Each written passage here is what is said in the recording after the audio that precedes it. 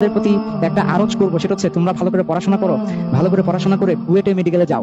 কারণ বুয়েটে মেডিকেলে না গেলে আসলে দেশে আর ভাত নাই। বুয়েট মেডিকেলে গেলে অ্যাটলিস্ট টিউশন করে চলতে পারো স্টুডেন্ট লাইফে, এবং যখন বুয়েট থেকে পাস করবা, মেডিকেল থেকে পাস করবা, ভালো একটা জব, বিসিএস কিংবা বাইরের দেশে একটা ডিমান্ড পাবা।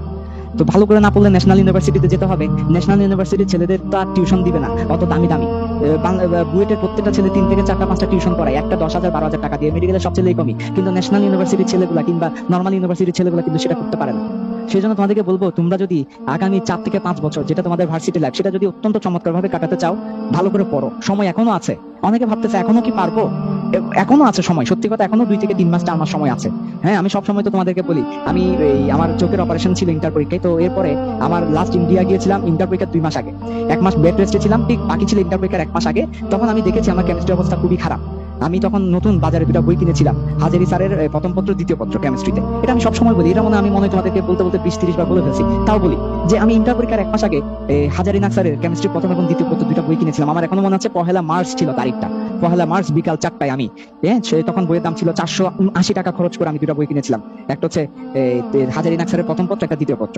এই 2টা বই আমি জাস্ট 1টা মাস, স্ট্রেট 1টা মাস পরে আমি ইন্টার পরীক্ষা দিয়েছি। 1টা মাস পড়েছি, 1টা মাস আমি হাজারি এবং নার্সারের বইটা পড়ে ইন্টার পরীক্ষা দিয়ে আমার কেমিস্ট্রি ফার্স্ট পেপার এসেছিল 96, সেকেন্ড পেপার এসেছিল 99, 200তে 195 এসেছে। তা আমি যদি 1টা মাস কেমিস্ট্রি পড়ে যদি আমি 195 তুলতে পারি, তাহলে তোমাদের সামনে আরো 3 থেকে 4 মাস আছে, 3 থেকে 4টা সাবজেক্ট। এখন তো তোমাদের আর আমার মতো পুরো বইটা পড়তে হচ্ছে না, এখন তোমাদেরকে মাত্র 50% পড়লেই হচ্ছে। আমার মতো তোমাদেরকে 25টা থেকে 25টা অ্যান্সার করতে হচ্ছে না, 8টা থেকে 5টা অ্যান্সার করতে হচ্ছে না। তাহলে তোমরা 3টা মাস ইউজ করলে তোমরা কেন পারবে না? ওই 3টা মাস কিন্তু আমি হেভি ডেডিকেশন দিয়েছিলাম। আমি মোবাইল ফোন ইউজ করি নাই। তোমরা যখন আমার ক্লাস করবা, শুধু এই সময় মোবাইল ফোন ইউজ করবা, বাকি সময় সিমটা খুলে রেখে দাও, ফেসবুকটা আনইনস্টল করে দাও। এইটুকু ডেডিকেশন তোমাকে দিতে হবে। ওই সময় হচ্ছে আমি ফজরের পরে ঘুমাইতাম ম্যাক্সিমাম টাইমে, ওইটা তোমার করতে হবে। ফজরের নামাজ পড়ে ঘুমাবা, যতই ঘুমাসো অভ্যাস হয়ে যাবে। 1 সপ্তাহ পড়ো, রাত জেগে পড়ো, 3 জেগে পড়ো, পড়ার পর বেশি করে পড়ো, চোখের নিচে কালো দাগ ফেলে দাও, সমস্যা নাই। ঠিক আছে, এইটুকু এখন পারবো। এটা হচ্ছে কথা আর কি।